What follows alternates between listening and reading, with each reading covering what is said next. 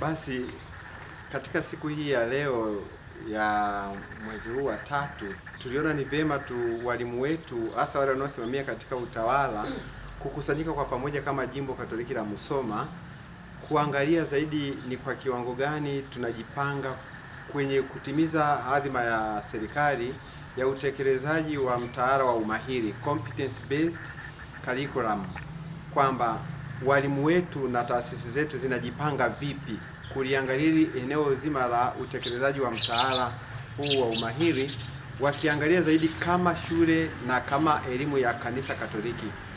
Kanisa Katoliki lina taratibu zake na zina viwango vyake vya utekelezaji katika mtazamo mzima wa elimu kikatoliki, Catholic Education Identity. This is a key issue which we are addressing right here. Kwa hiyo walimu wetu wamekusanyika na wataalamu, tuna madokta hapa pia na sisi wenyewe, basi tumeshirikiana ili kuweka hili swala vizuri, likae vizuri kwenye maarifa ya walimu wetu. Kwanza kabisa tunaongelea zaidi katika utekelezaji mzima wa mtaala wa umahiri, tunaangalia zaidi falsafa ya elimu yenyewe, the education philosophy. Kwa hiyo tunaongelea education philosophy tukiwa tunaangalia zaidi uelewa wake wa falsafa hiyo, na pia definition ya neno lenyewe elimu.